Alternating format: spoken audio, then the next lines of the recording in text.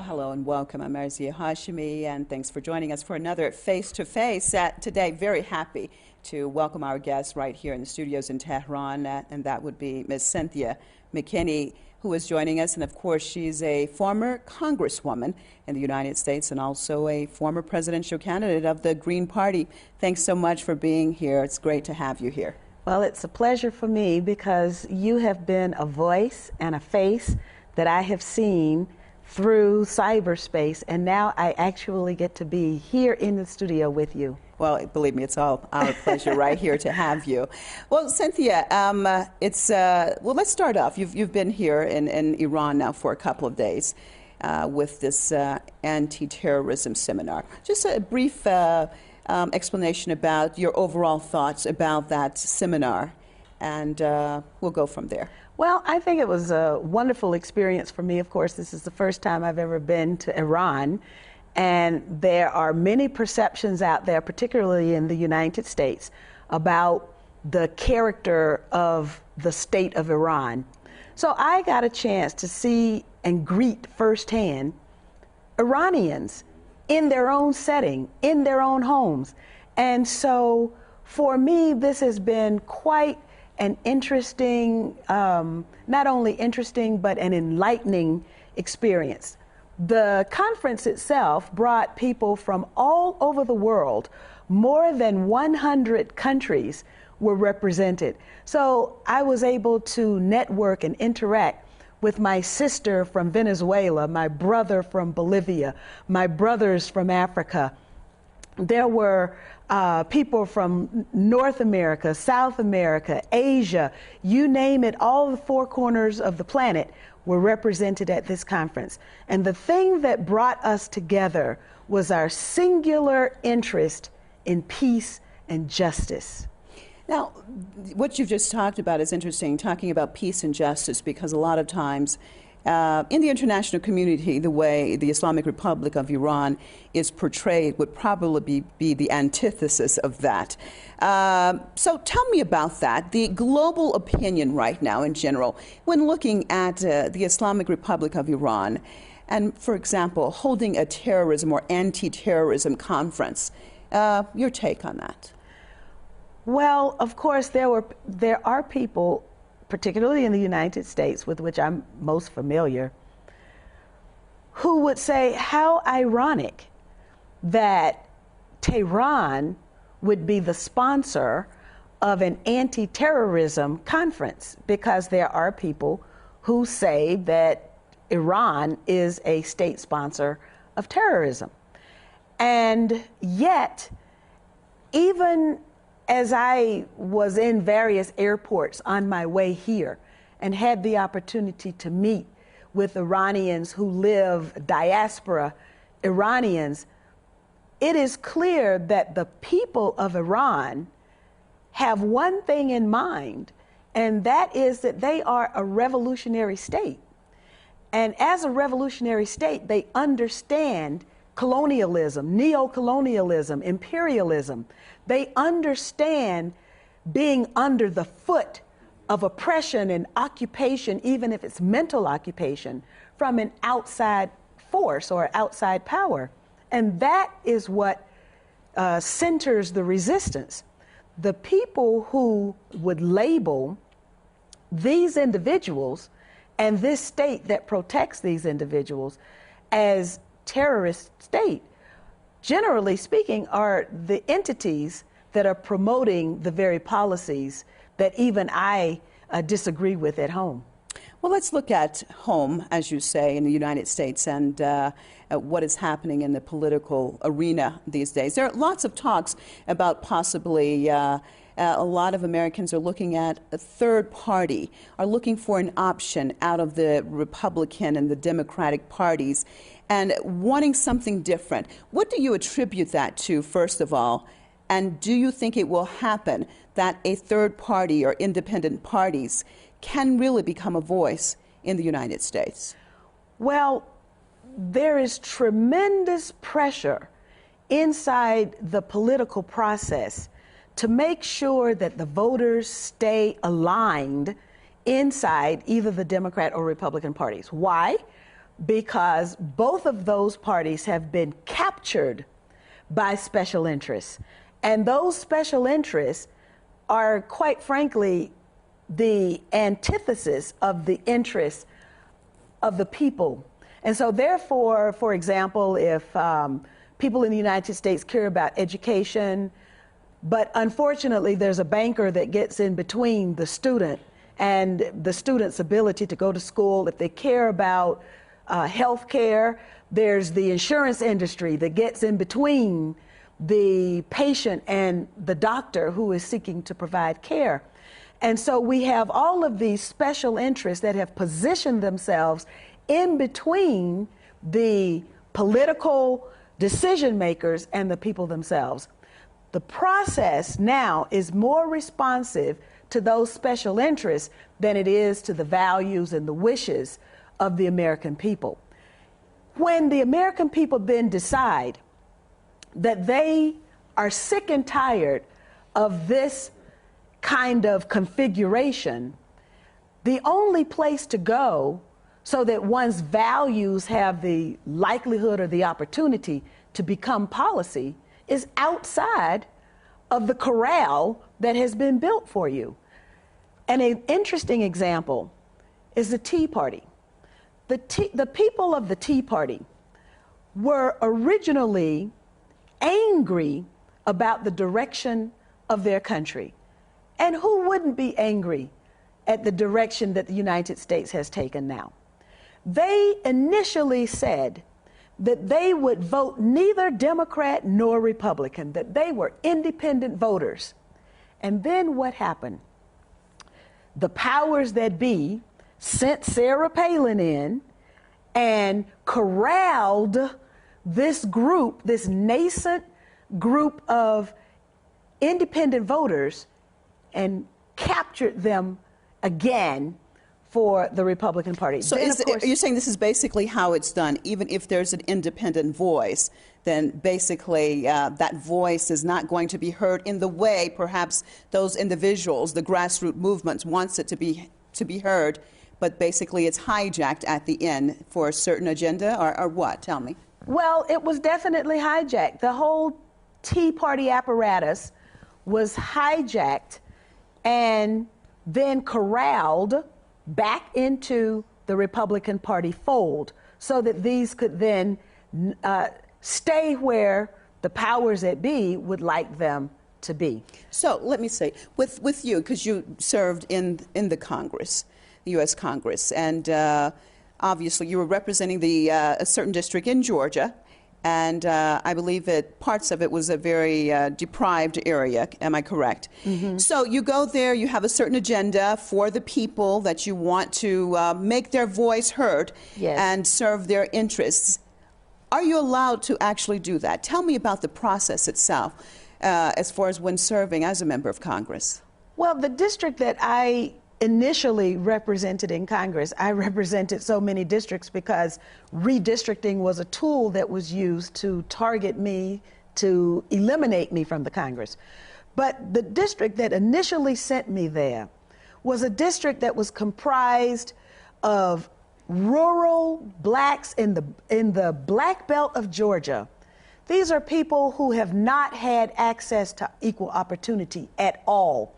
And in fact, when I went into that district, I found such poverty that I didn't even know existed in my own country.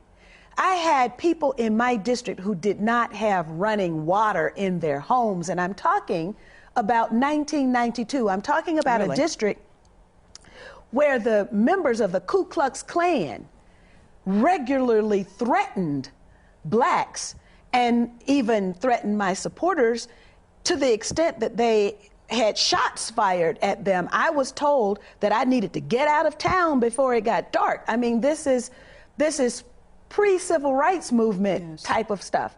And that's the kind of atmosphere that existed. But what we were able to do in the short 4 years that I represented that particular area is that we were able to bring whites to the table. We were able to challenge those practices that were not acceptable. We were able to bring blacks into areas of power that they never never in their wildest dreams thought that they could possess and own. And then the district was dismantled. Why was that? What does that mean? The district was challenged in the Supreme Court. And with the assistance of the Anti-Defamation League, the district was dismantled. It generally takes about $250,000 minimum to take a case from filing up to the Supreme Court.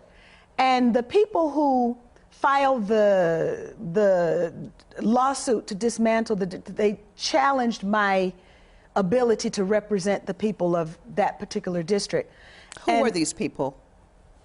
Well, actually, interestingly, there were 5 white citizens, one of whom had been the white male candidate that I defeated in the Democratic primary. And they were aided and abetted by the Anti-Defamation League. And when the case arrived at the Supreme Court, interestingly, on the same day as an environmental case, the spotted owl case, the Supreme Court decided that the habitat for the spotted owl should be protected, but that the black voters in that district could have no protection. And so the district was dismantled. Now, let's talk about when you were actually serving, Cynthia. Did you feel that a lot of your programs or what you were trying to get through, that you could actually make a difference? Was there any kind of interference, or were you basically allowed to be the free thinker that you are?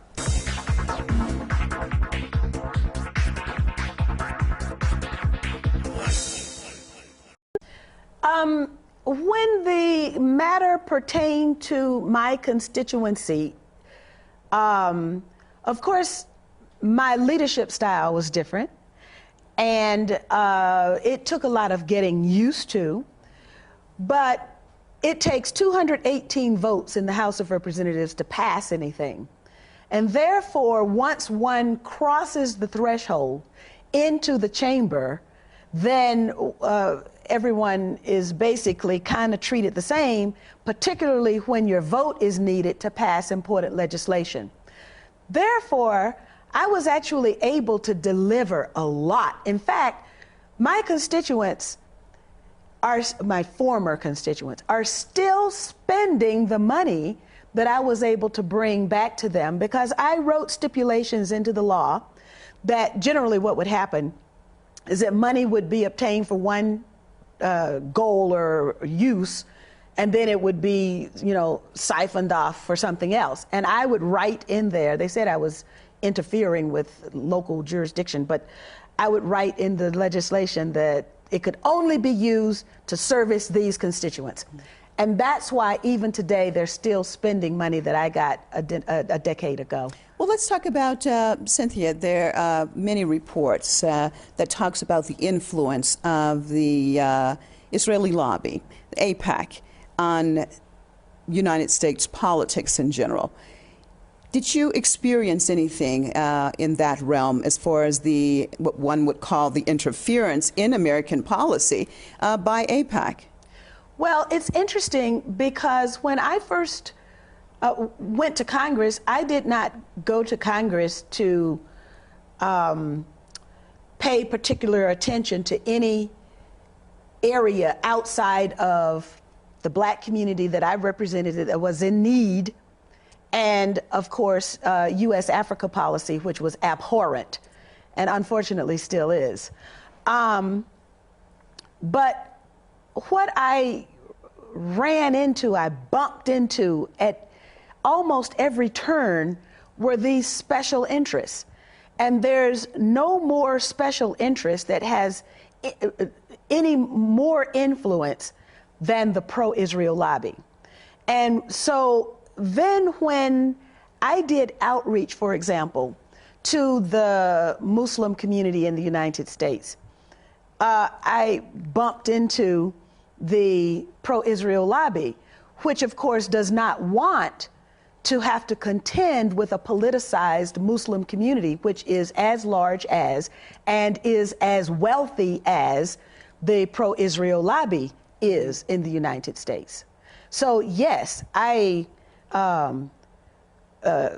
first-handedly and also frontally was assaulted by the presence of the pro-Israel lobby to such an extent. Physically assaulted? Well, politically assaulted, okay, to such an extent that my father had to ask the question publicly, what does Stone Mountain, Georgia have to do with Israel?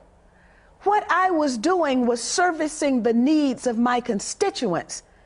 And I was not allowed to do that because I did not toe the line on U.S. policy for Israel. What line is that they wanted? Were you told directly that you had to toe a line, or explain that to me? Well, every candidate for Congress at that time had a pledge. They were given a pledge to sign. And I was new on the scene. And so the pledge had Jerusalem as the capital city, the military superiority of Israel. American Congress people have to sign this pledge. Yes, you sign the pledge. If you don't sign the pledge, you don't get money. So, for example, it was almost like water torture for me. My parents observed this. I would get a call, and the person on the other end of the phone would say, I want to do a fundraiser for you. And then we would get into the planning. I would get really excited because, of course, you have to have money in order to run a campaign. And then 2 weeks, 3 weeks into the planning, they would say, did you sign the pledge? And then I would say, no, I didn't sign the pledge. And then my fundraiser would go kaput. So, well, I just want to get into this pledge a little bit more. So this is basically something that is mandatory, that every congressperson has to sign, saying that, what, Jerusalem, you said, is the capital of Israel, and what else? You make a commitment that you will vote to support the military superiority of Israel, that the economic assistance that Israel wants, that you would vote to provide that. This isn't a question for the Congress people serving, that they are representing, or they're supposed to be representing, the people of the United States, not a foreign country, and yet they have to pledge allegiance to a foreign state. That's what no one questions this. That's what I was asked to do. And I made it public. This probably nobody had said anything about it, but I made it public, and then, you know, the excuse was, well, you know, those were just overzealous advocates for Israel. So then the tactic changed, and but this is what is done for 535 members of the United States Congress. 100 senators, 435 members of the House of Representatives have to now write a paragraph, which basically says the same thing. So it's not a pledge, but it's a paragraph, and you post it, and, you know, there are these forums you have to go to at the synagogues or whatever. And then, you know, if you don't perform appropriately, then you don't get money to run your campaign. The problem is that it requires an awful lot of money to run a campaign. And whether it's a woman's organization, an environmental organization, people can read about this on the internet if they're interested. If you go to thomas.loc.gov, that is the official United States Congress website. And if you put in the name Gus Savage, because Gus Savage was a black member of Congress who was targeted by the pro-Israel lobby. And he had the foresight to use his position as an incumbent in the House of Representatives to put his experience on the congressional record. For the entire existence of the United States Congress now, people will be able to access his experience. And what he wrote was that it was the Garden Club of New Jersey. that gave his opponent $5,000. But it wasn't really the Garden Club of New Jersey. It was the activists who were associated with AIPAC, the American Israel Public Affairs Committee. Wow. Unbelievable, but we're almost out of time, so I just want to get into a little bit of your personal experience now and what you are planning. So you had told me earlier that you were basically, you did not win the last election, or basically it was because of the Zionist lobby, from what I understood, that basically forced you or not allowed you to get reelected. And now you have future plans, so to try to run again. Tell me about it and tell me why you think that it will make a difference. Well, I have, because of the notoriety about me telling my story, and then of course the public positions that I've taken supporting the human rights aspirations, the legitimate rights and the aspirations of the Palestinian people, I have a target on my forehead. And that then means that every means that is available to the pro-Israel lobby will be utilized to make sure that I do not ever occupy a position of authority. Now, fortunately for me, there is a very large peace community that is interested in change, and they would like to have a tested, experienced voice representing them in that very hall of Congress so that they can at least have their voices heard, even if they can't change the policy. But being there is the first step to having the policy changed. The problem for me is that it will require an awful lot of money in order to, I don't need to match the others because I have the advantage of being able to amass and organize people power. But even with people power, you still have to have enough to cover the basics of a viable campaign. And we're talking about a lot of money. Well, we're talking a minimum of $500,000. And with $1 million, I know that, you know, we would be able to do great things. Okay. Well, we wish you all the best, and thank you so much for being with us, Ms. Cynthia McKinney. Thank you. Well, thank you, viewers, for joining us in another Face to Face. Goodbye.